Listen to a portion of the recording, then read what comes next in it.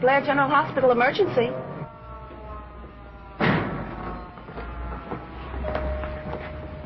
I'm Paul Messenger. Yes, Mr. Messenger. Dr. Carew's expecting you. Use the first elevator. Thank you. Say, ain't that the Wall Street guy, the bozo with all the dough in the world? Yes, it is. You know, he didn't even have on a diamond ring. Oh, diamonds on men are vulgar. I wish I was vulgar. Before we go in, Mr. Messenger, let me prepare you. Dr. Gillespie is an inspiration to the whole medical profession. But physically, he's worse off than most of his patients. His legs are hopelessly crippled. I'll take care of it, Dr. Carew, right away. I want to see Dr. Gillespie. I'm sorry, Dr. Carew. He has a patient. Well, but We'll wait.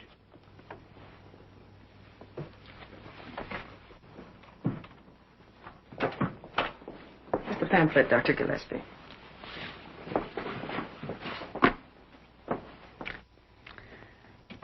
Mrs. Roberts, you're going to have a baby. Why, what's the matter? I'm afraid. Afraid? Yes. Why? Women die. Well, suppose your mother had felt that way about it. My mother had courage. I'm a coward. Mrs. Roberts, nature is a very wonderful thing. It takes the food you eat and changes it into the particular substances our body needs. If we break a bone, why, nature will provide the extra calcium to mend that bone. And if anything, it'll be stronger than it was before. You understand that, don't you? Yes, Doctor. Well, now, that's just what's going to happen when you have your baby. Nature will see that you have the strength and courage you need. Come on over here to the window. You see all those people down there? Those thousands of them? Yes. Well, the mothers of every one of those children felt exactly the same way you do. And so did their mothers. And those generations really had something to worry about, because we doctors hadn't progressed very far. They were in real danger. Maybe it sounds silly to you, this horrible worry. But I couldn't help it. My husband's worried, too. Well, you go on home and tell your husband you're going to be all right. With modern methods, we seldom lose a mother. And we've no case on record where we've ever lost a father. Thank you, Doctor. I feel so much better. Sure you do. You take this pamphlet and follow the instructions. Take good care of yourself. And come back here and see me any time you want to. What's your first name, Doctor? Leonard. Leonard. Leonard. That's nice. Goodbye. Goodbye. Oh, my middle name is Barry. Thank you.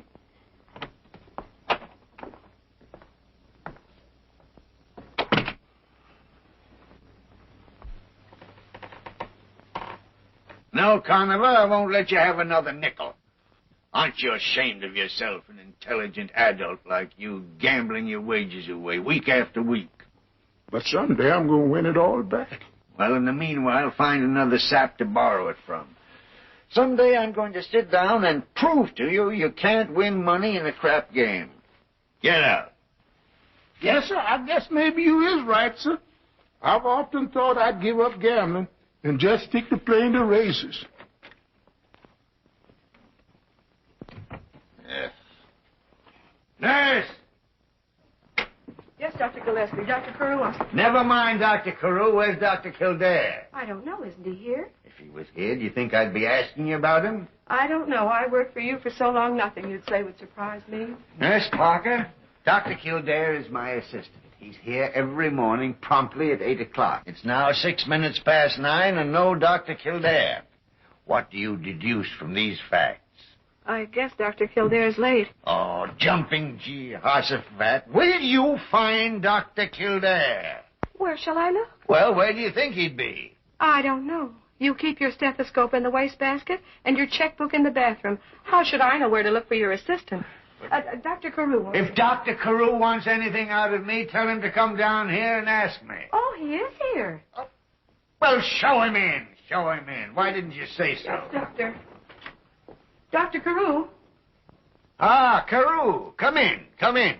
Must be something very important that brings the head of the hospital here. Leonard, this is Mr. Paul Messenger.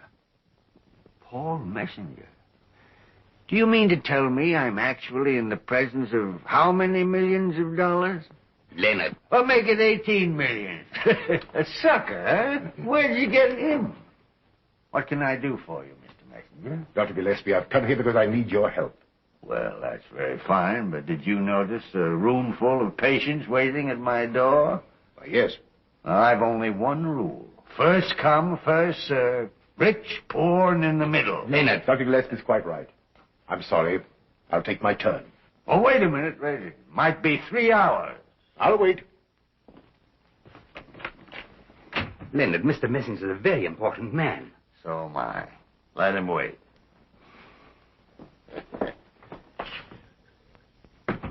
Nurse! Send in the next patient. No, wait a minute. Hold the next patient. Come in here. Hold the next patient. I think I'll grab about 5 minutes sleep. Fix the alarm clock, will you?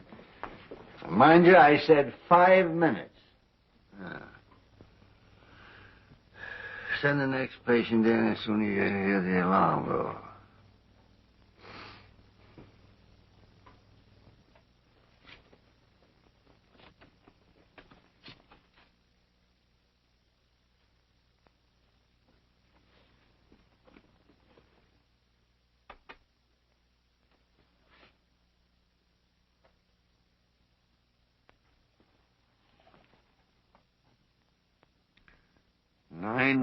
Past 9.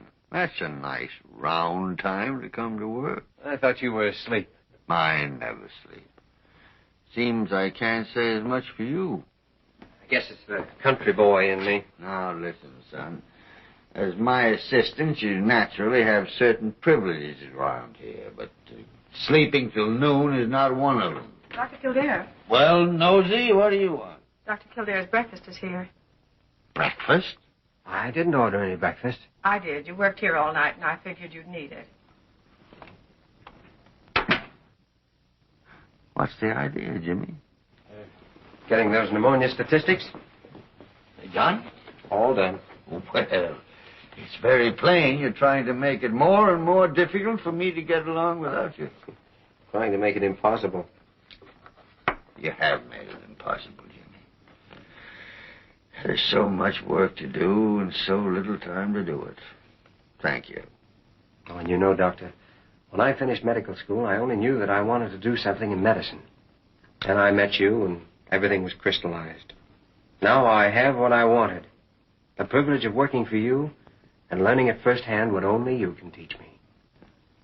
And carrying my work on after I'm gone. Won't be for a long while yet. No, that's not true. You know it. Nurse, next patient, please. Mr. Finch, sit down.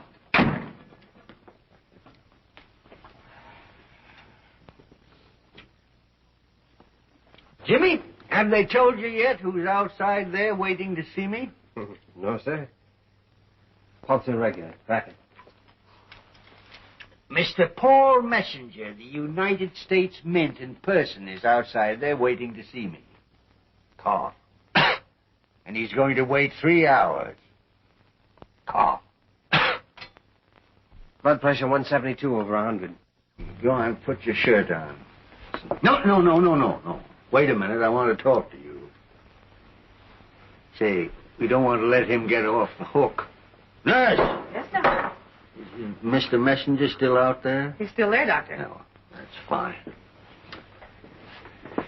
Mr. Finch, you've been drinking again. It seems to me I remember a promise you made me a couple of months ago. Doctor, I tried to stop, but I can't do it. It's not my fault. My father was the same way. You understand, don't you, sir? No, I don't. You're a fool, and there are a million other fools like you. They want to drink, so they believe a legend started by a bigger fool that you can inherit drunkenness. Well, that's a lot of baloney.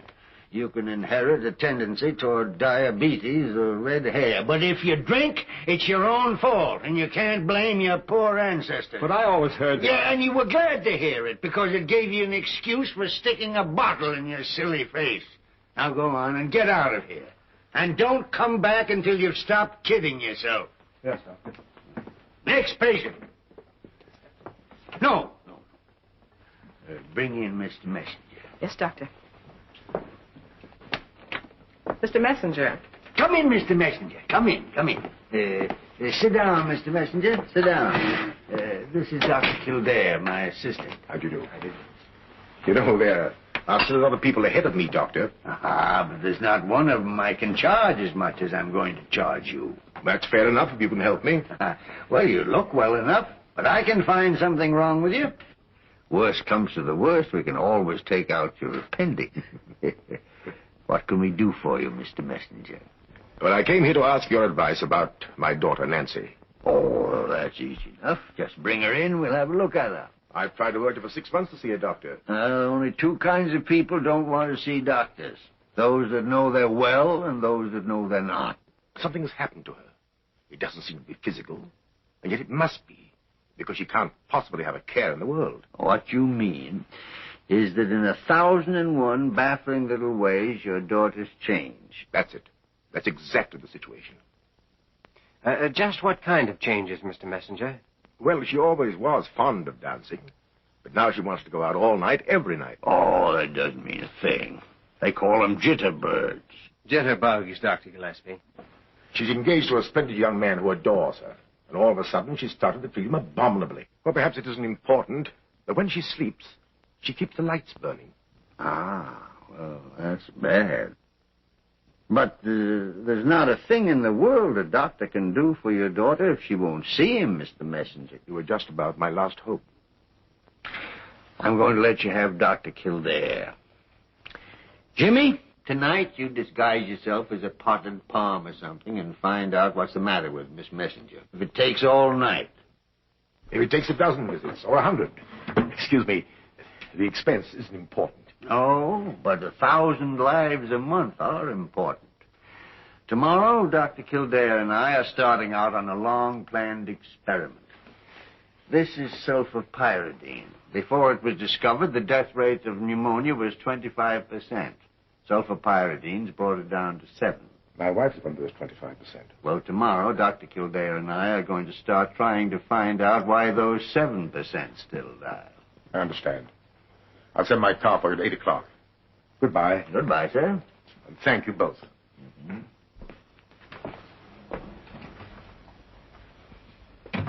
Kildare. Oh, I'm sorry, sir. I was thinking... Yes, I know what you were thinking. You were thinking, now, tonight I can't go out gallivanting with that pretty nurse, Mary Lamont. Gallivanting? You know how much gallivanting I can do on my salary. I read in the paper the other day there's a doctor in Europe who claims love is a disease and that he can vaccinate you against it. Mm-hmm. Interns on $20 a month won't need any of that vaccination. Leonard Gillespie, you've done a lot of crazy things in your life, but this time you've certainly... Oh. Well, what are you stalling around here for? Go eat your breakfast. What do you mean, busting in on me like that? You can't have anything confidential to tell me. I know everything that everybody's doing in this shooting gallery, especially the things they're trying to hide. You have a lot of stooges telling you things. Molly, you hurt me. Well, let me tell you something. My stooges know every move your stooges make. My stooges are people of honor, which is more than you can say for that bunch of loafers that report to you. You bought an airplane. For 20 years we've worked together, and now you start spying on me. What in the name of common sense are you going to do with an airplane? Well, I just thought it'd be nice to have in case of fire. Oh, come here, Molly.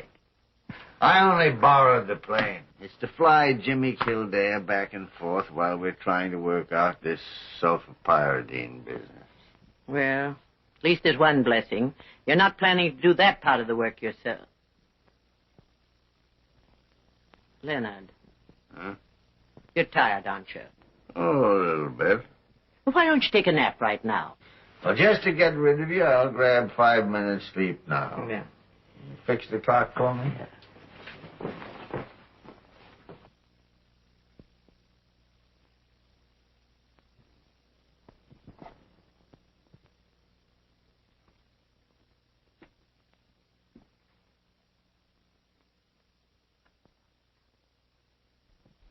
Dr. Young wanted in surgery.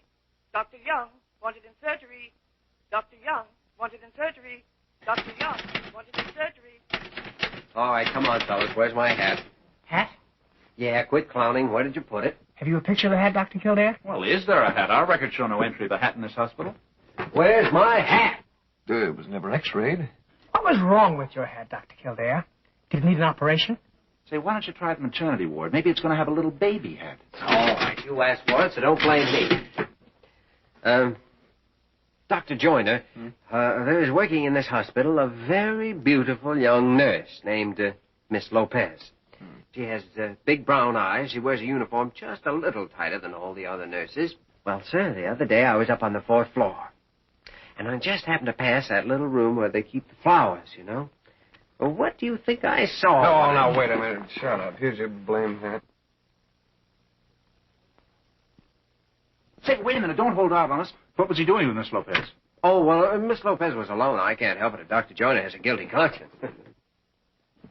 Money, money, money, money. Thanks. There it is. A half-month's salary. $10. Collins? 8 years grammar school, 4 years high school, 2 years pre-med, 4 years medical school. Then, if you're lucky, you get a job here as an intern, where every single month they force $20 on you. Oh, that doesn't stop Kildare. He still rushes Mary Lamont. Maybe he's in love with her money. After all, you know, she's a nurse. She makes $85 a month. Ah, a gigolo. Dr. Kildare wanted an emergency entrance right away. Thought this was your night off. Yeah, well, that's what he thought, but Dr. Gillespie changed his mind for him. Say, look, if you've got to work tonight, why can't I take out Mary Lamont? Well, I don't know why, but I bet she can think of a reason. Blair General Hospital. No, mister, I can't tell you that. I'm just the telephone operator here. Of course I work in a hospital, but I don't understand medicine. My brother's been managing a chicken farm for 10 years, but he still can't lay an egg. Sally, have you seen Mary Lamont? She said for you to pick her up at 41st Street and Gaylor Avenue. Mr. Kildare here yet, or do you want me to ride around the block again? Oh, coming.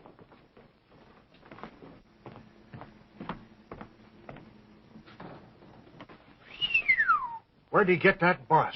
It was the first prize in a mind-your-own-business contest.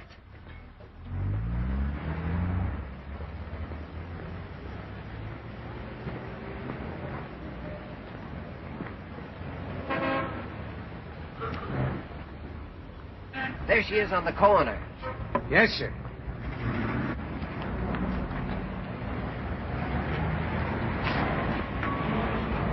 Hello, cutie. Hey, you in the blue hat. How about a little ride, sugar?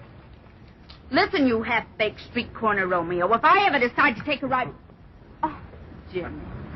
Oh, I'm sorry. I didn't recognize you. I thought I saw a pretty girl and I was trying to grab her off. Sure, grab her off, rush her to the hospital, and take out her tonsils. Yeah, step in and find out different.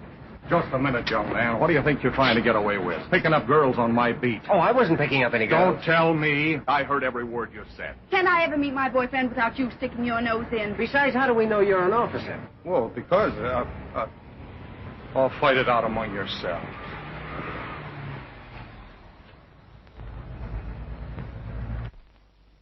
Get inside before anything else happens.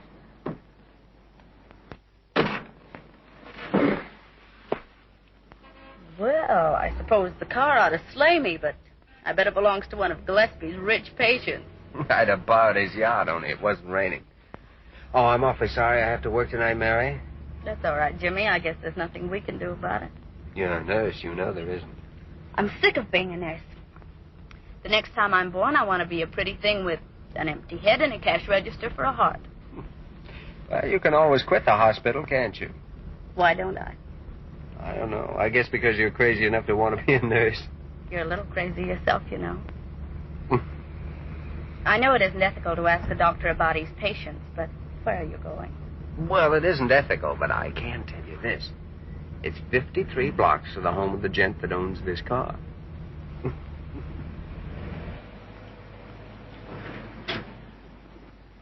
Here we are. Shortest 53 blocks I've ever seen. Say. Hmm? Well, in case you're not impressed, they tell me that Paul Messenger is the 7th richest man in America. Jimmy, and he's your patient. They're not Mr. Messenger, his daughter. His daughter? The one that's in the newspapers all the time? The glamour girl? I guess so. What's the matter with her? That's what I'm trying to find out. Good night, Mary. I'll wait. Oh, well, I don't know how long I'll be. Well, my evening's ruined anyway. I might as well wait. What? It might take hours. You aren't going to operate on the girl, are you? He doesn't even know I'm a doctor. Say, what is this? Nothing. Well, as a matter of fact, Dr. Gillespie said to find out what was wrong with her if it took all night. All night? Yes, well, it's all right, because her father knows I'm going to work on her. Oh, her father knows. Yes, you see, she's been acting peculiarly of late, and Mr. Messenger doesn't care what lengths we go to as long as we fix her up. Well, I've heard a lot about how debutantes carry on, but I've never heard of one having her father's permission. Now, stop kidding me. You mustn't be prejudiced against Miss Messenger just because she's rich. You mustn't be prejudiced just because she's young and beautiful. Blair General Hospital, please.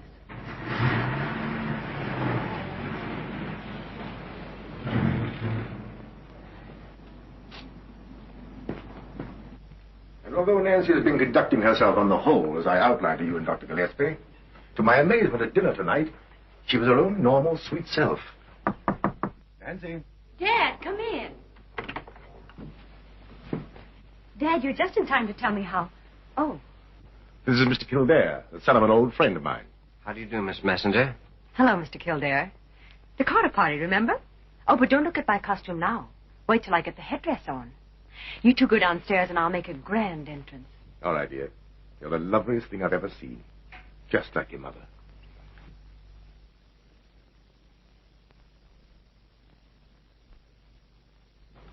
Yesterday, she said she wouldn't go to this stupid fancy dress party under any circumstances. Let's wait and see. Don't shoot, Mr. Messenger. It's me, Charlie. If there's ever any doubt in your mind about my loving your daughter, remember I put this outfit on because she wanted me to. Well, once for love, I went out as the back half of a horse. Mr. Kildare, Mr. Heron, my daughter's fiancé. Mr. Kildare. How do you do? Why, Nancy. Excuse me. Hello, Nancy. You'll have to excuse me, Charlie. I'm not going to the party. You're not going? No. No, I don't want to go. If I don't want to go, I don't have to go, so I'm not going. Getting a little tired of this merry-go-round, Nancy.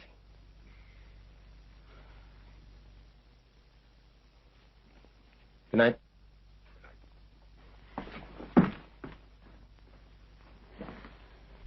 It doesn't seem more than 6 months ago that you told me your entire life was wrapped up in that boy. I do love him.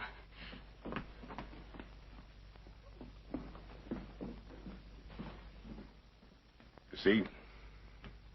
Now what? I don't know. Now, I suppose the lights will be blazing all night in her room, and I'll be pacing this floor wondering how I can help her. Mr. Kildare, you must think me a pretty terrible sort of person. Why, no. Dad.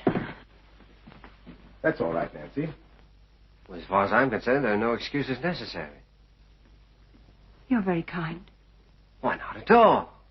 If you don't want to do a thing and you don't have to, why should you? Them's my sentiments, anyway. Of course. Only, sometimes it's a little hard to explain. Then why try? You know, back home in my father's office, there's a motto hanging that says, never explain. Your friends don't need it, and your enemies won't believe you anyway. Do you get away with it? Oh, I seem to.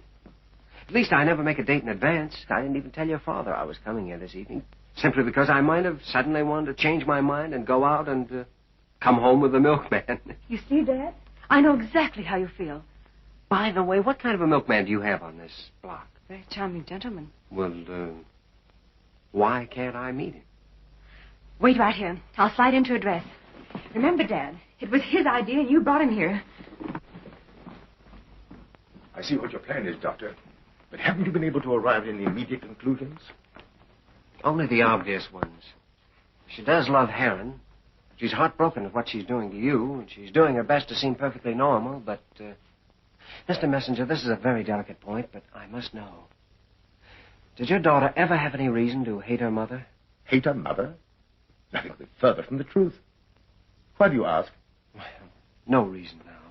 Well, remember, this party's on me.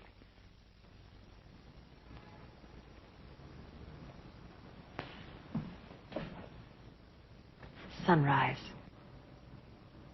Why did you want to bring me up here?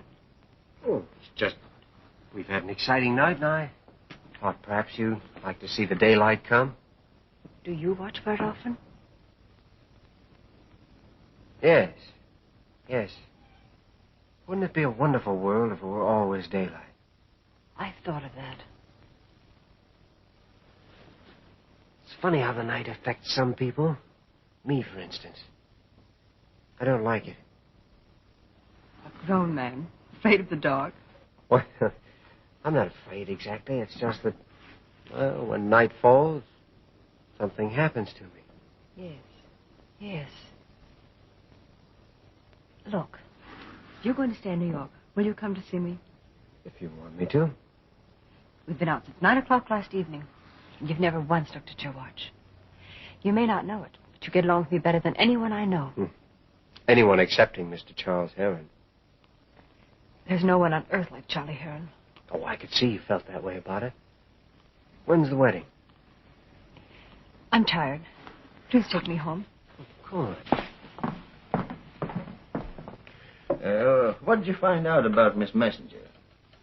Only that she's a very complicated case, maybe weeks before we get the answer. I told you that yesterday without even seeing her. I don't suppose you found time this morning to read the weather reports. No, sir.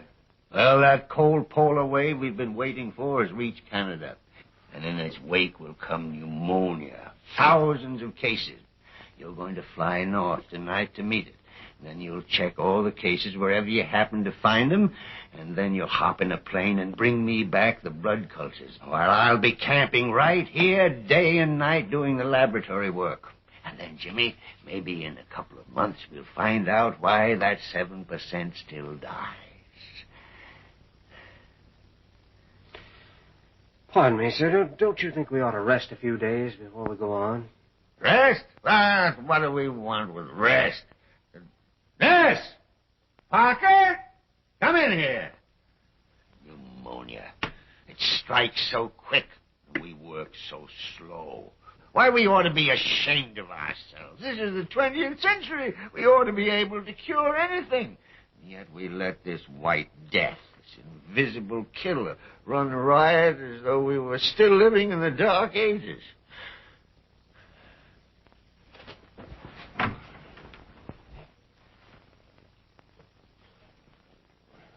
Get me a hypo of adrenaline, quick.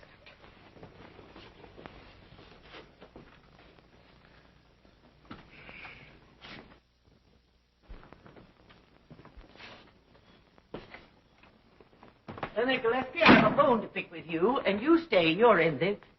Well, what happened? Tell me, quick. Fainted. Get outside there. Act if nothing has happened. Give me that adrenaline. Adrenaline, yes. No, you can't burn the candle at both ends.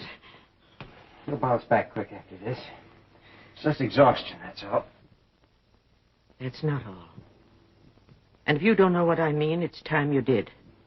You know, too. I know everything about him. When you were running around in diapers, I was watching over him, listening to him recommend 8 hours of sleep for everyone else and get along with 2 himself. His legs were good once, but they wore out, trying to keep out with his willpower.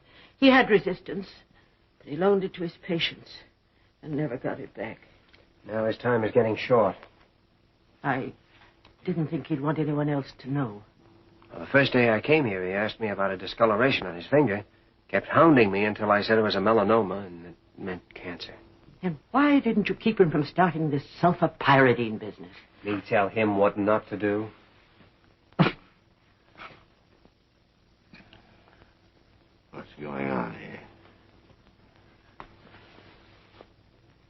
You gave me a hypo, didn't you? Yes, sir.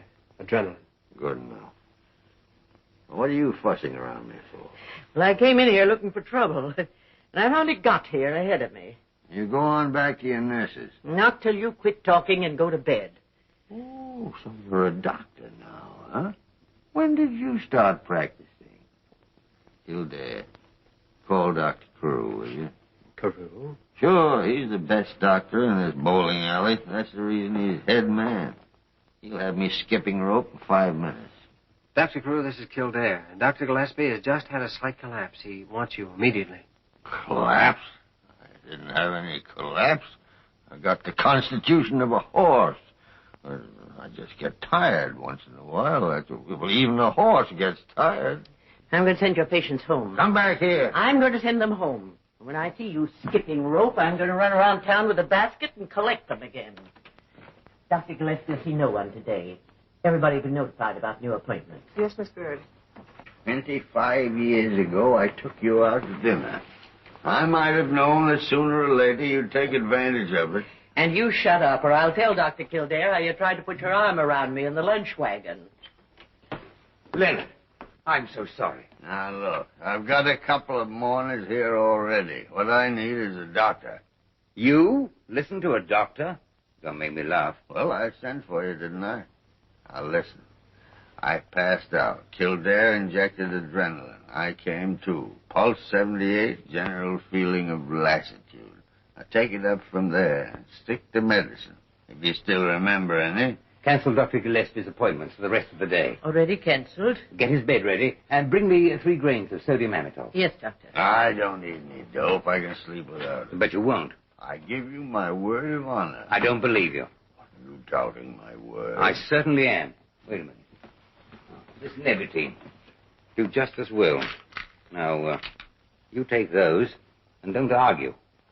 Yes, Doctor.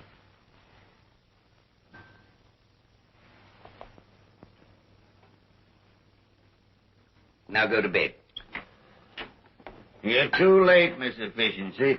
Our corner druggist here gave me something just as good. Well, that's fine. Then off to bed you go. Take your hand off my chair. Conover! Now get out of here, you meddling female, and never dare to show your nose in my office again. You're fired. I am not. I don't work for you. I work for the hospital, thank goodness. Well, then what are you doing in my office? Go on, beat it. Get into bed, Conover. Conover, don't you pay any attention to No, her. sir, I won't. Why, you disloyal, miserable, double-crossing... Yes, sir, that's what I am, but you was going to bed. Well, I better get my own work cleared up, just in case. Oh, by the way, Kildare, Mr. Messenger rang me up this morning. From his daughter's mood, he feels sure that, with a little time, you might gain her complete confidence. Dr. Carew, I understand. Naturally, you don't want to think about anything else at a moment like this. Of course, I don't have to tell you that any hospital is like a family of children, always out at the elbow, with winter coming on, no coal in the cellar. And Mr. Messenger's a very rich man. Dr. Carew. You're perfectly right. Forget about it tonight. We'll talk about it later.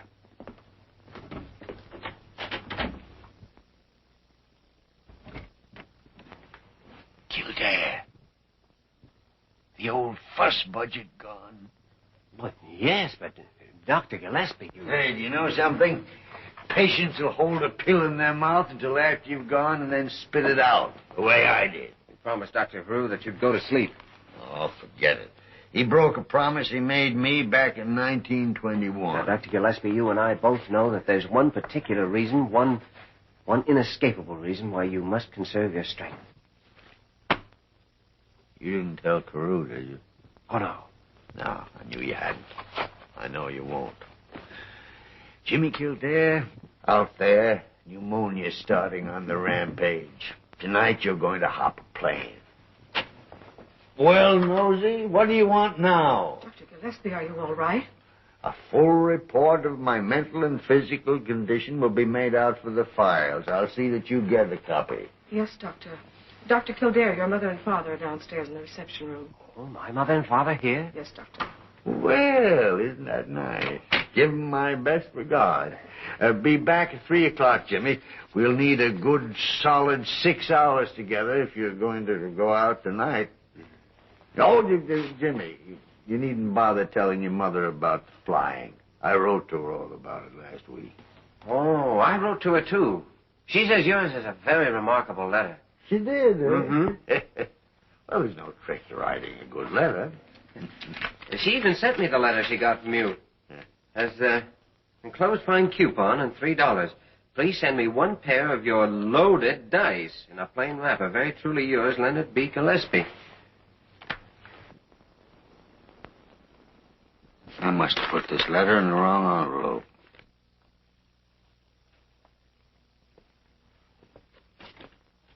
Oh! Mother. Hello, Dad. How are you, Jimmy? Oh, fine. Gee, this is a treat. I knew I needed something. Now I know what it was. Let me get a good look at you. I brought your heavy overcoat, your winter underwear, and a chocolate cake. Don't let her kid you, son. The cake is for herself. Oh, don't tell me I know. I sent her a wire this morning. Happy birthday, Mother. Well, what are you two doing in New York, anyway? This trip's to see the fair, and it's my birthday present from Father. And we wouldn't have been able to make it if Jerry Coburn hadn't sold his farm and paid for that baby he had in 1927. Well, what about his ulcers? Did he ever pay for those? Don't start that again, Jimmy. That's all I heard on the way down here. I made Father buy a new suit, too. See, he's getting stout. Where do we celebrate?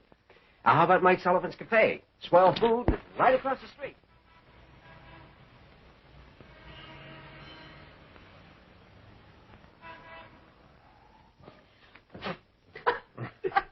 Mrs. Kildare, the first time I saw your son, I knew his mother'd be a fine-looking woman. Well, she's the prettiest one I could find, Mike. That's why I married her. Why not? A man goes into a store to buy a shirt. He picks the best-looking one. When he wants a wife, what should he do? Shut his eyes? You better be careful, Mike. Much more talk like that and you'll spoil it. Well, that's the way it should be. Say your prayers, pay your bills, be good to your mother, and you can walk up to anybody in the world and spit in his eye. Hey, Mike. Coming. I'll take this over to the bar. I need it there. Thank you. Well, I promised Jim Galt I'd buy him a sun lamp. He wants to try it for his arthritis. I'll see you back at the hotel at 3 o'clock. Bye, son. Bye, Stephen. Goodbye, Mike. Goodbye, sir. Drop in tomorrow for lunch. It's Friday. We have 3 elegant kinds of fish. And we also have roast beef in case you bring a heathen with you. Bye. Goodbye. That's funny. I was just going to invent an excuse to get rid of your father. Why? So you could tell me your troubles. There's no use for Father or me to try to keep anything from you, is there? No. I know the minute your father enters the house if he's worried. Or the way he hangs up his hat. He's worried about something now, too. How can you tell? Mind reading? No. Just love and understanding. Now tell me your problem, if you want to. All right. I have to keep someone from doing something. And there just isn't any way to do it. You mean you haven't seen the way yet? Nothing's impossible, son, unless you stop trying. But this is different. Because what this person wants to do is something that should be done. It's for the good of the whole world. There's very few men left like that now. Why do you want to stop him? Because if he keeps on, it'll kill him. I'm afraid I'm not going to be much help to you. I've never had to decide big things. With you or your father, I've always been able to manage by talking a little plain, good horse sense. Except the one time I did tell him a lie. He'd been working in the garden too much. And I knew it was bad for his rheumatism, but nothing could stop him. So I hid his tools and told him a tramp stole them. That stopped him. Well, Mother, Hey, wait a minute. You took away his tools? Yes. Well, I think you've shown me just what to do. How about right? Well, that isn't a big problem. I've always taught you right from wrong by the power of prayer. And the back of the hairbrush. But if I do what I think I should, I'm going to look like a snake in the grass. Jimmy, it's Dr. Gillespie you've been talking about, isn't it? Well, yes. Yes, he's in bad shape. On this particular job he's doing, I'm pretty sure he can't go ahead without me. I see. And if you quit him, he'll have to take a rest. But, son, wouldn't it almost break your heart to leave him? It means the finish of all I've hoped and dreamed. God bless you. Don't feel too badly, son. You may be the only one that knows you're doing the right thing. It's an awfully nice feeling. Guess it doesn't matter what the rest of the world thinks. If I were you, I wouldn't read anymore. If I were you, I'd keep my mouth shut. Leonard, please. Well, maybe I don't feel so good. Your nurse will be here in a minute. Nurse? Now look here, Molly Bird. I won't have any of your frozen-faced, mealy-mouthed nurses around me. Who'd you get? Mary Lamont.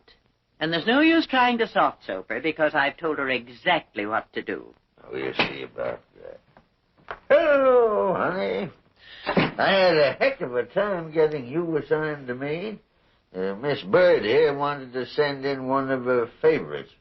But I told her unless I had that very beautiful Mary Lamont, I wouldn't play. Didn't I? You did not. And don't forget, Lamont. In his office, he may be a doctor, but here he's a patient. Leonard, please take care of yourself. Goodbye.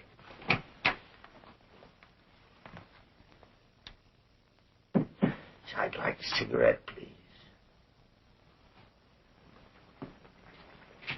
Never mind that, Chud. Give me a cigarette. No cigarettes. Are you going to mind me or that fool piece of paper? No cigarettes. Now, look here, Mary. You're a very nice girl, and I like you. I'm going to give you a little advice. The great secret to being a successful nurse is to obey the rules, but at the same time keep the patient happy. My book only says, obey the rules, period.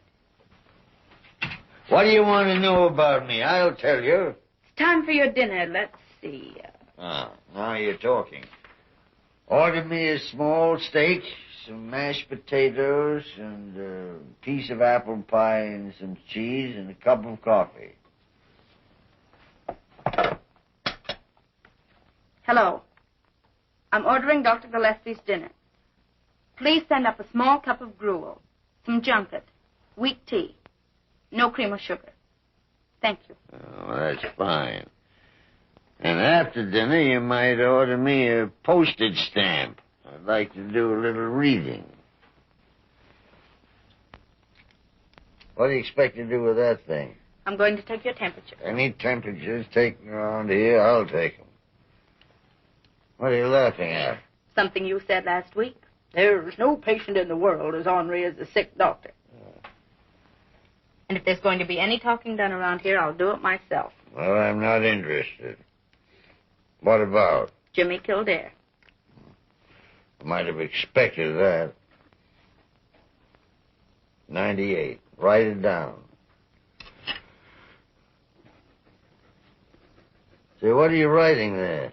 Temperature uncertain. Patient stubborn, bad-tempered, and childish. That. What about Jimmy Kildare? Well, you should have heard him talk this morning. He was spending a multimillionaire's money last night. A steak sandwich, $2. And what does Jimmy think? Boom. There goes a couple of shirts. $5 to the waiter. Bang. A new pair of shoes. Will the orchestra leader please play Boop Boop a Doop for Miss Nancy Messenger? Give him $20, Jimmy. Wham. Suit of clothes. With an extra pair of pants. Throwing all that money around last night and next morning coming back to $20 a month. After all, everybody's human. Not everybody. You're right. You're not. The way you treat Jimmy. I mean, Dr. Kildare. Taking away his evenings off and working him 18 hours a day. Well, I work 18 hours a day.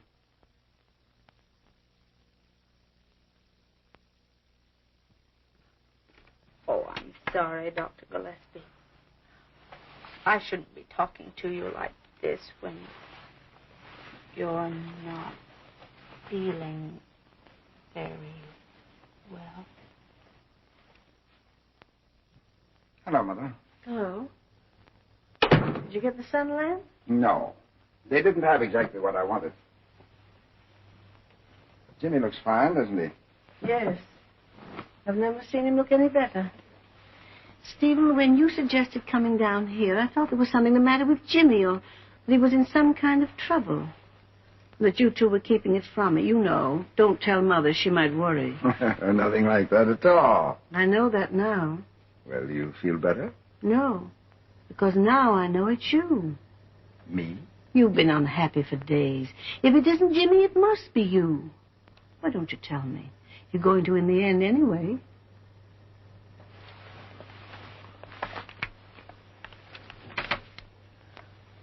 From Dr. Jack Carboy. Just the last paragraph. The rest is all technical.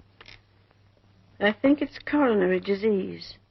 And dear Steve, it's a very unpleasant duty to tell you, but I think you may live 10 seconds.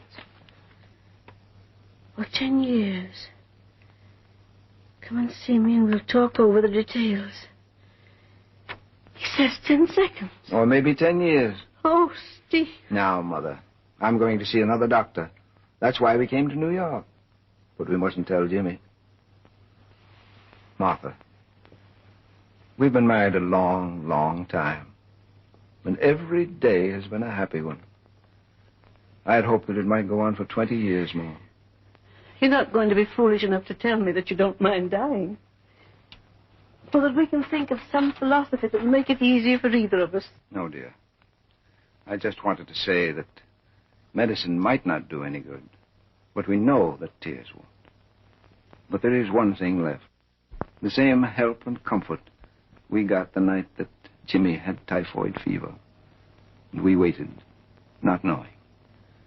You remember? I remember. He marks the sparrow's fall. Stephen, I'm going to take you to every heart specialist that's listed in the New York telephone book. I know he marks the sparrow's fall. But I remember, too, that the Lord helps those who help themselves.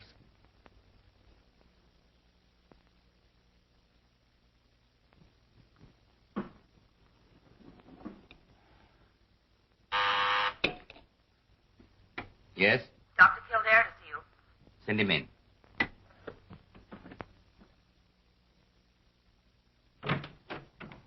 Good morning, Kildare. Morning, sir. Dr. Carew, what have you done about the messenger case? Nothing, Joe. I'd like to take it. You would? Yes, sir. I think it's too big an opportunity to miss. Oh, but does Dr. Gillespie know? No, not yet. Well, I'd hesitate to take you away from him without his knowledge and permission. Dr. Carew, I've made up my mind. If necessary, I'll hand in my resignation. Oh, no. Yes, Dr. Carew. I'm assigning Dr. Kildare in the messenger case. Make out an order and I'll sign it. Oh, Dr. Carew, please, I'd rather tell Dr. Gillespie myself than have him run it through an official order. Oh, yes, of course. Yes, sir? Don't put through that order about Dr. Kildare until I let you know. Oh, this is all very fortuitous. Solving the messenger case will be a priceless asset to you when you're ready to go out into private practice, and, of course, it won't do the hospital any harm. I've taken that all into consideration. What's the latest report on Dr. Gillespie? There it is. Haven't you seen him? No, Nurse Molly Bird asked me not to go in. We're not very happy about his condition. I can see that. Wait outside, Mary. I don't want you to hear what I got to say to the head of your hospital. What's this I hear about you taking Kildare away from me and putting him on the messenger case? Why, who told you? Oh, I knew about it before the echo of your voice giving the order died away. What have you been saying to my boy? I've told you 10,000 times to run your hospital and let my office alone. There wasn't anything he said, sir. I made up my own mind. Yeah, that's absolutely true, Leonard. Get out of here.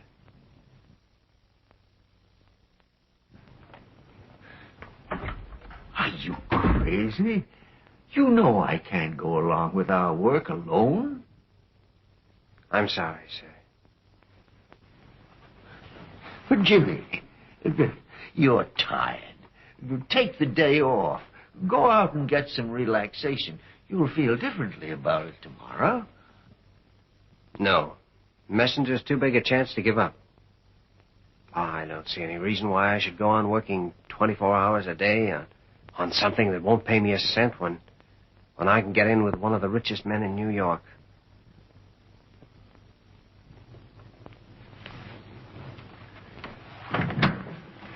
So, Dr. Kildare, Mr. Messenger waves a checkbook in your face and you drop me like a hot potato. I've waited 20 years for an assistant, and I find I've picked a common little money grubber.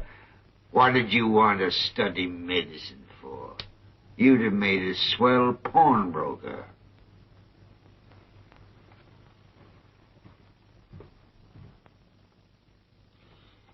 Mary. Take me back, will you? I'm tired.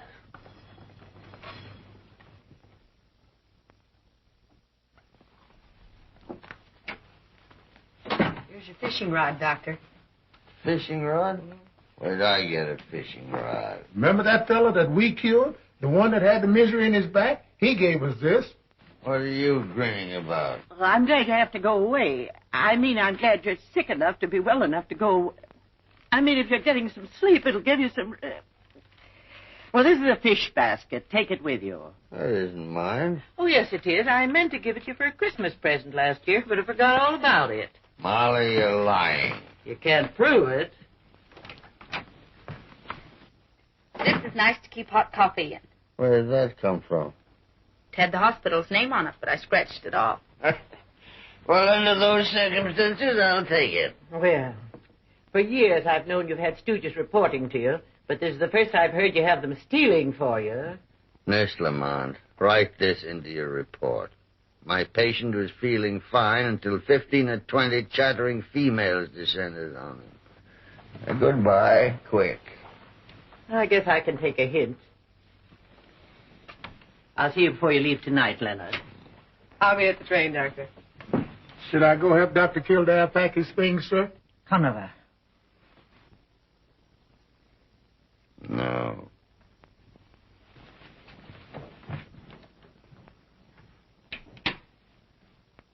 The idea, after all you've done for him. Leaving you for a hypochondriac debutante with blonde hair and lots of money. Another county heard from. What do you mean? I forgot about the time we were worried about Jimmy and a redhead. You've been in love with him ever since. That's not true.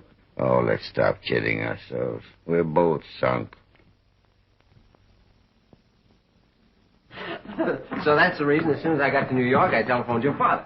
You're lunching with him, aren't you? Yeah. I'll see you later? Of course. We have a date for a walk, haven't we? Right. Dad, if Jimmy's late, you charge it to my account. I will not. I'll take it out of your allowance.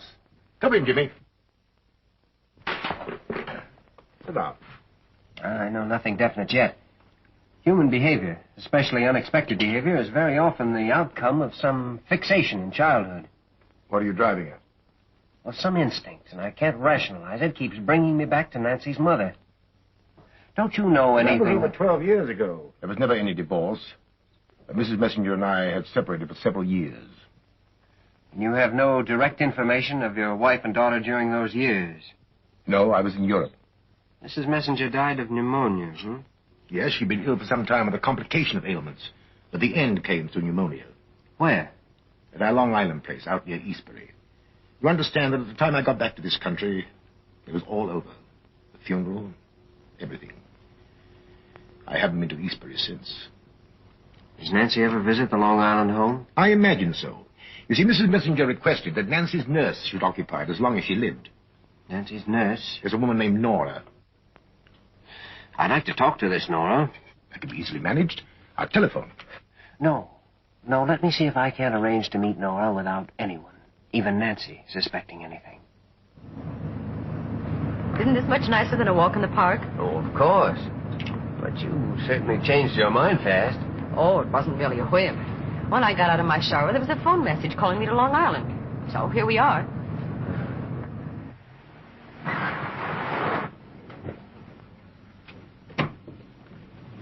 There's the house. Nora. My little lamb. Nora, this is Mr. Kildare. Pleased to meet you, sir. How do you do? Well, come in, come in. Well, now, let me take your things. Oh, my. This is the nicest surprise I've had since the last time you came. Surprise, Nora? Why, it was your message that brought me. What message? I didn't send you any message. Well, that's funny. Well, what did the message say? Said to come to Long Island immediately. But maybe they took the message wrong. I'll ask the servants when I get home. Well, old fella. Well, what's wrong with you? Poor thing's been limping around here for a week. Oh. Well, Pete, you have a bad shoulder there. You found out quick enough. I just happened to hit the sore spot. It looks to me like you were asking questions with your fingers, the way doctors do. Well, what's wrong with doctors, Nora? What's right with them? Nora. They stood by and let your mother die right before your eyes, didn't they? Nora, please. I'm sorry, darling. What's the matter, Nancy? It's one of those headaches again. Headaches? Well, how long have you been having headaches? I don't know. For months. Nancy, are you going to keep on tearing yourself apart with these headaches? Or once and for all, are you going to see him? I don't know. Him? Who's him, Nora? A doctor? No, he's too good to be a doctor. He cures people instead of letting them die. Friend of yours, Nora? Mr. Archley's a friend of everybody who believes in him. Nancy, you must see him. Now, today. When the blindness comes, even he can't help you. Nora, don't! Nancy.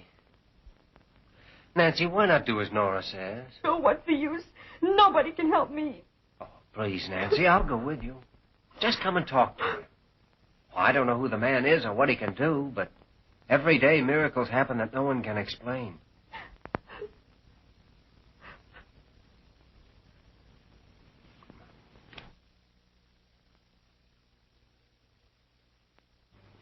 Anyone as young as you, Miss Messenger, is not meant to suffer pain. But you do, don't you? Violent headaches. I can see that. Mr. Archley, Miss Messenger has just had a very severe attack. Don't you think she should lie down and rest a while before you proceed? Yes. An excellent idea. Nora, will you take her, please? In here, my dear.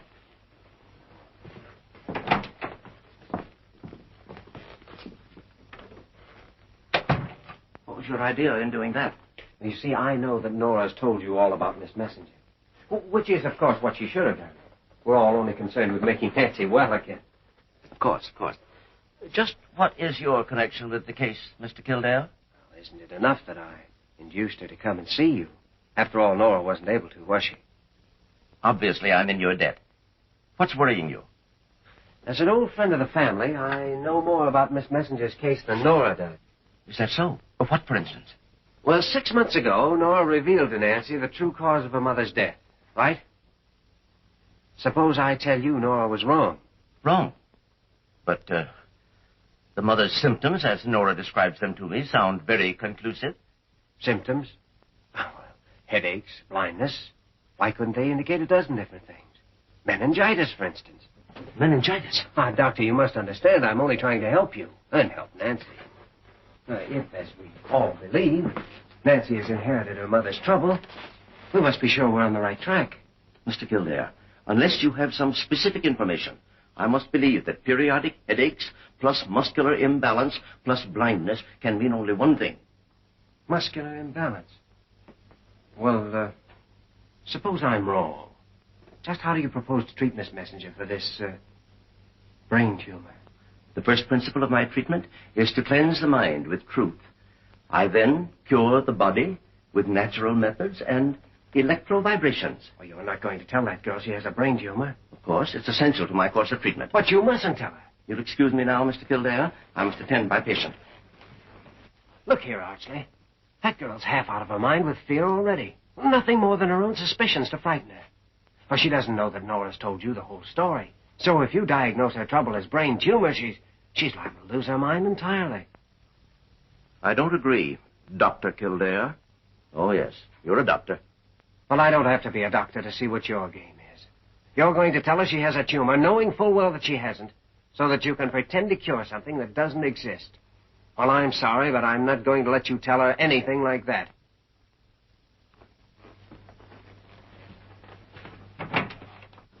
Nora, Miss Messenger, I'm convinced I can bring you back to perfect health.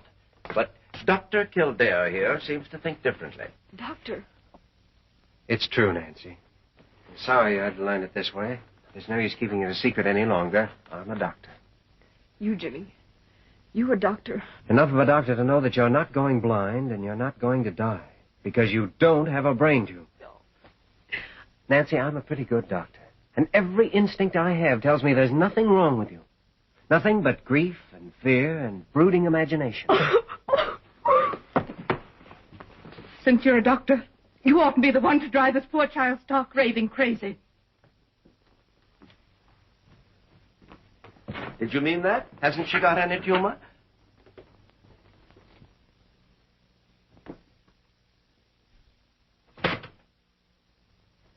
Now you need a little rest, dear. Hello, Nancy. Will you leave us alone, please? But you can't... Nora, please. Sorry to follow you here, Nancy, but I had to get things settled. Settled?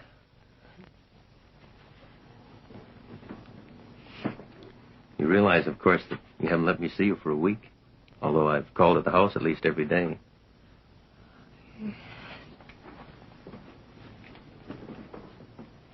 The situation is very obvious, Nancy. You just don't love me anymore.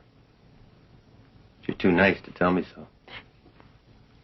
I realize now that it's up to me to make it easier for you. Goodbye, Nancy. You'll never see me again.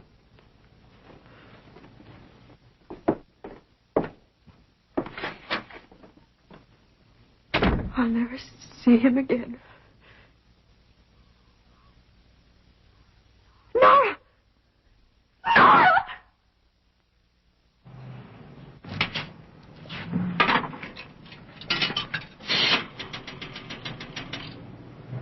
Emergency call, Blair General Hospital, New York City. Oh, hello, Dr. Kildare. No, Joe Wayman's not on duty tonight. He finally promised to buy me a dinner, and he didn't seem feverish when he said it either. Hey, did you say Oh, Dr. excuse Kildare? me, Doctor. Here he is. Hello, Doc. This is Joe. Oh, Joe. Joe, I'm in a spot and I need action. I want you to bring me an ophthalmoscope and a perimeter out to Long Island right away. Yeah, grab the first bus. I'm on my way. I didn't have anything important to do tonight anyway. Where are you? Okay, Doc. I'm sorry about that dinner tonight, Sally. My system must be wrong. Other girls get diamond bracelets, and I can't even promote a cheese sandwich. That bus is usually right on time here? On the dot. Take it easy, brother. You got 25 minutes yet. There's the bus schedule. Fire. Hope it's my house. Just paid the insurance yesterday.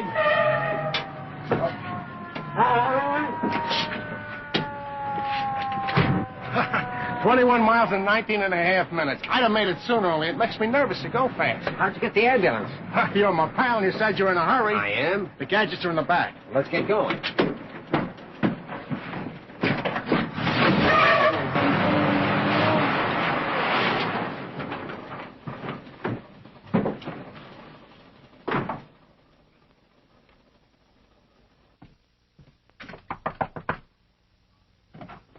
No, Go away, Doctor. I have to see her. You're not going to. But she hasn't a brain tumor. I'm positive she hasn't.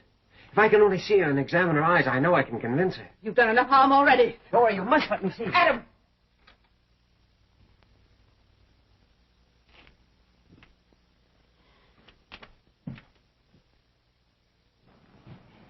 Well, baby, the moment we got that phone call, I knew I'd be needing you.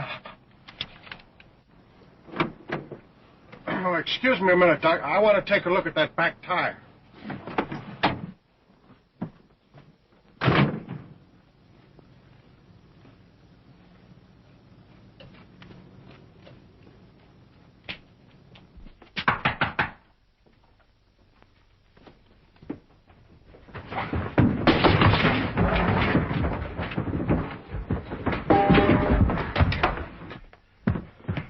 Hey, Doc! Doc, how do you like that? These yokels don't fight fair. This guy tried to pull a hammer on me.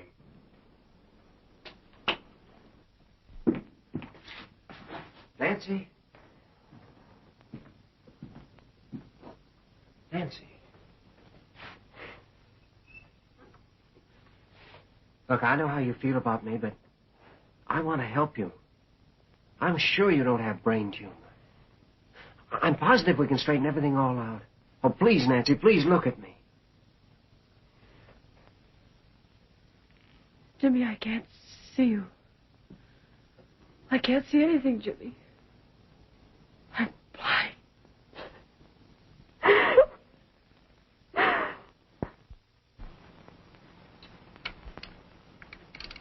Conover, you realize that every year millions of men abandon their sweethearts and wives and families just to go fishing? Any excuse is better than none. And what have they got to show for it? This. Throw 'em back in. Do unto others, you'd have 'em do unto you. Amen. Fish don't agree with me anyway. You call this a vacation, Conover. I wish you wouldn't move that umbrella so the sun hits my neck through that hole. Sun do you good. Violet rays. Oh, violet applesauce. Too doggone healthy now. If you hadn't come on this year vacation, it's 2-1 right now. I'd be walking slow behind you. Why, I'll bet you. Conover, betting is gambling. And gambling is illegal. Furthermore, it's foolish because you can't win. I've had it in my mind to teach you something about gambling for some time now. Out of the dim past, I seem to remember that if you get a 7 or an 11, you win. Yes, Doctor. And if you get a 2, 3, or 12, you lose. I'll roll you for $1. Ain't it?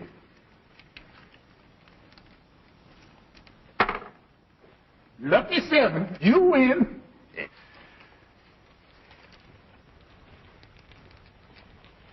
Let me breathe on him once for luck. Go on, breathe away.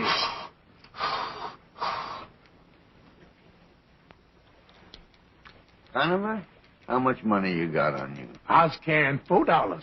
$4, huh? Snake Eye, I win.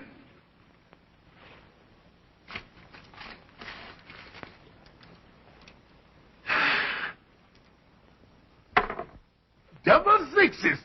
I win. How much money do you owe me now, Doctor? $22. Now, that shows you what a fool a man is to gamble. Those dice I brought with me are crooked. Still, I couldn't win. No, Doctor. Here's your dice. I switched on you when I breathed on them.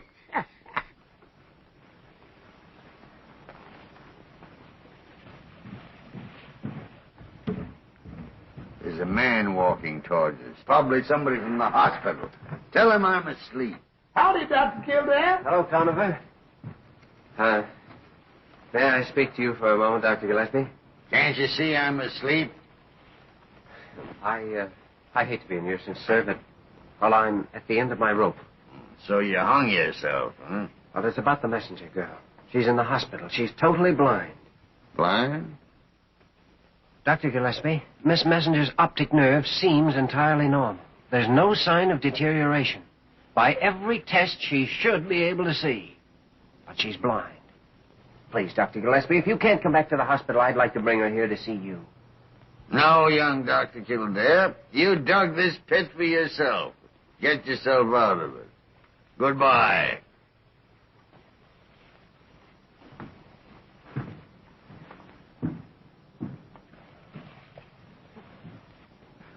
When's the next train leave for New York? About a half an hour. Well, what are we waiting for?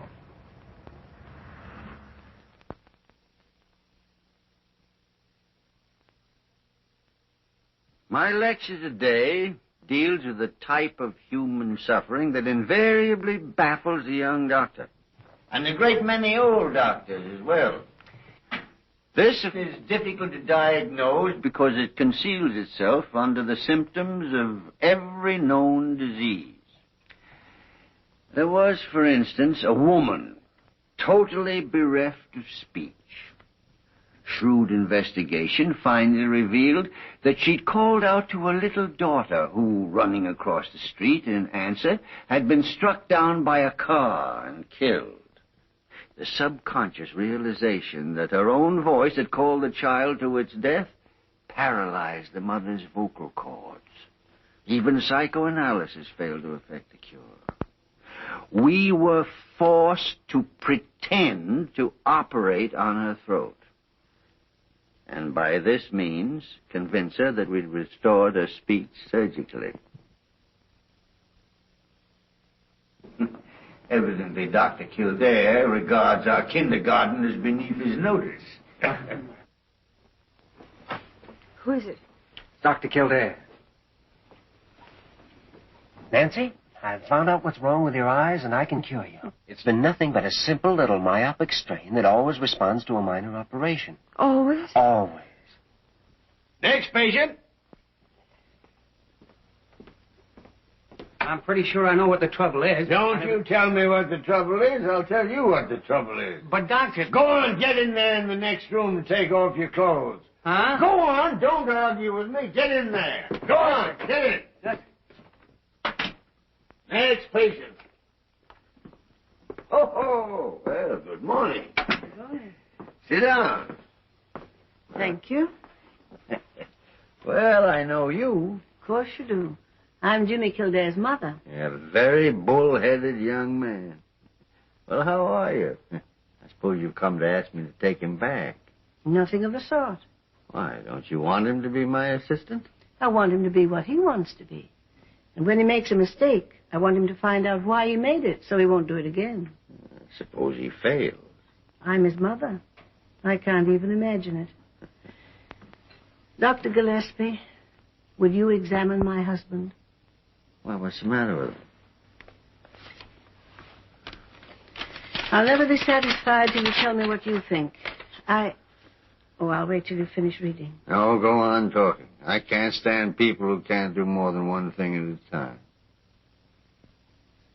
I don't want Jimmy to know anything about this. Why, you don't suppose I'd tell him, do you? I see. Well, bring him in Monday morning at 11 o'clock.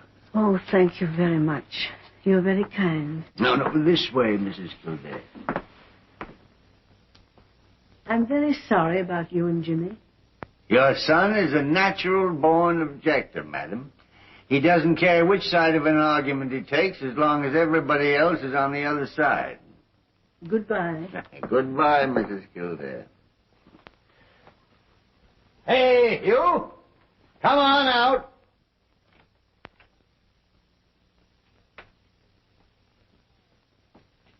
Now I'll listen to you. What's the matter with you? Nothing at all. I never was sick a day in my life. I just come here to repair your telephone.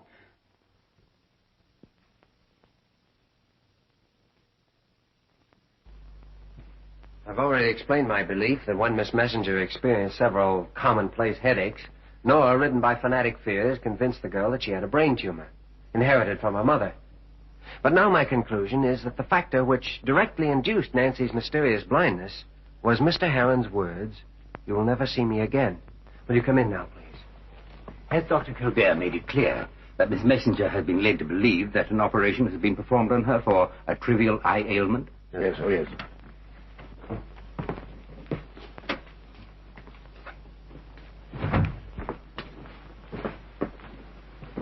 Nancy, I'm going to take the bandage off, and you're going to be able to see. And you'll know, as I know, that there isn't a single thing wrong with you now. I'll believe everything. If only I can see. Well, I'm so sure of it that I've arranged a little surprise for you. Surprise? Mm-hmm. The first thing you'll see will be, Nancy. Charlie.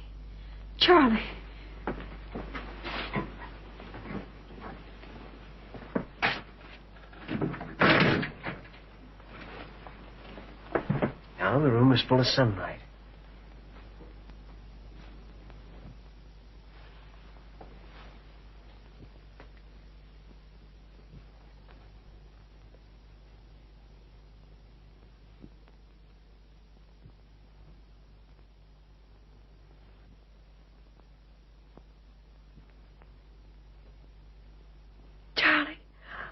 Nancy, darling. Oh, dear.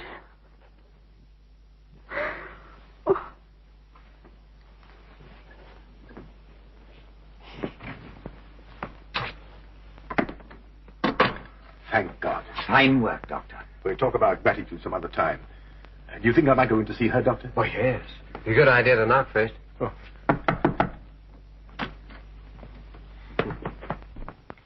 Dr. Kildare, Dr. Gillespie would like to see you at once.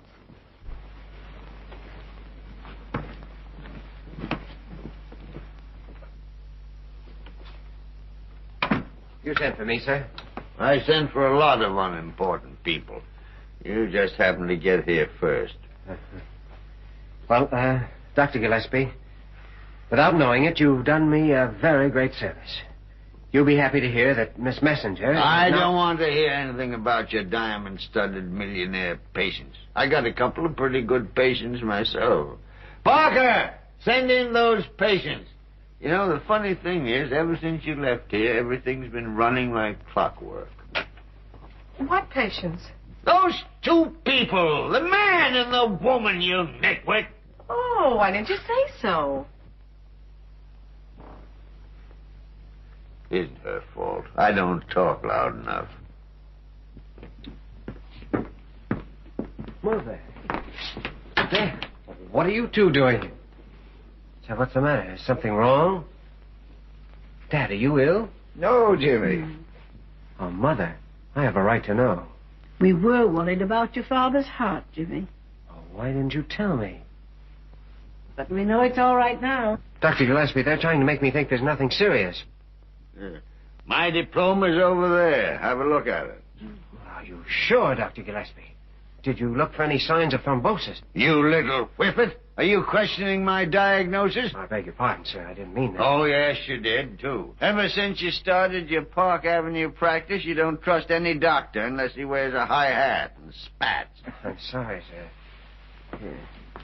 Well, you should have told me. Well, it was our worry until we had to tell you, Jimmy. Then stop fretting about it. It's all over now, isn't it? Yes, but past 2 minutes I've been doing some fast thinking. About what? My week off next month. I was going to spend it in the research clinic, but now I'm coming home and stay with you. Oh, we'll like that, son. I want to tell you how happy you've made us, sir, but I don't know what to say. Well, why don't you say something stupid? You usually do. Well, Stephen, are you going to stand around there gossiping with Dr. Gillespie all day? Huh? This is a place for sick people, isn't it? Oh, yes. Doctor, I said everything I could think of in there, but I'd like to say it again. Oh, write me a letter about it.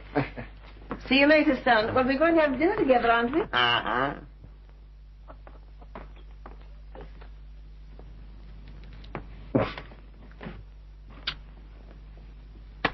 Goodbye. Bye, son. Now, let's see. Who are you? Oh, yes, I remember. An Irish pawnbroker named Kildare. I'm still grateful for what you've done for my father. Are you still here? Well, I just want a minute more, sir. The messenger girl is cured, thanks indirectly to you. To me? Yes, and to the happy coincidence that your lecture gave me the clue. Happy coincidence. Isn't that splendid? The first happy coincidence was that I happened to come back from my vacation on that particular day. The second happy coincidence was that I happened to lecture for the first time in a year. And the third happy coincidence was that I picked that particular subject. Happy coincidence. Why, you stupid little tadpole, I've been leading you around like a pug dog on a string. I don't know what to say. Well, you've said that before. As regards the messenger case, even good doctors often forget that fear is a tyrant over the body as well as the mind. People can acquire the evil results of every disease just through fear alone. I had an instinctive feeling about that case from the beginning. You should have been positive, young Dr. Kildare. There's nothing new about it. Why, way back in the Middle Ages, when the Black Plague killed half the people in Europe, there were thousands of folks that died of the disease and didn't have it at all. I thought I was so smart. Nah, there's only one really smart guy around here, and that's me. I know everything. I'm convinced of that. Yeah, I know even more than you think I do. For instance, I know that you didn't quit your job with me on account of Paul Messenger's money. What, Wyler? Easy now, Jimmy, easy. You knew I'd have to stop and take a rest if you walked out on me. So, you walk out on me. I'll never forget that, Jimmy. Oh, how did you find out? Who could have told you? Oh, nobody told me. I figured it out for myself. That is to say, I figured it out after I'd wangled around with your mother for a while. Mary Lamont, come here. How did you know I was here? I've got an extra eye in the back of my head. I heard everything. Mary, that's one of the things you'll have to learn if you're going to be in love with a doctor. I've got to do something. None so blind as those that won't see. Excuse me, I have something to do, too. No, you haven't. Tonight you've got a date with an airplane and a bottle of sulfapyridine. Don't let the local doctors give you any gunk. I'll try not to do anything wrong. Suppose we do everything wrong. Someday some fella smarter than we are will look it all over and say, well, thank heaven I don't have to waste my time finding that out. You'll find the real answer to pneumonia. You'll get the real answer to pneumonia that much sooner. Yes, sir. Bye, sir. Goodbye, son.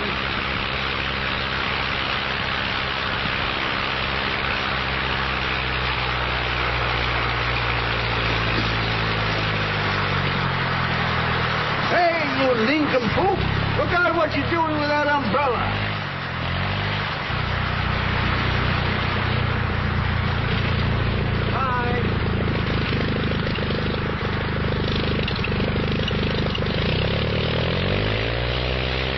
Sure hope you folks find a cure for pneumonia real quick. Why, what's it to you? Because I was getting it right now.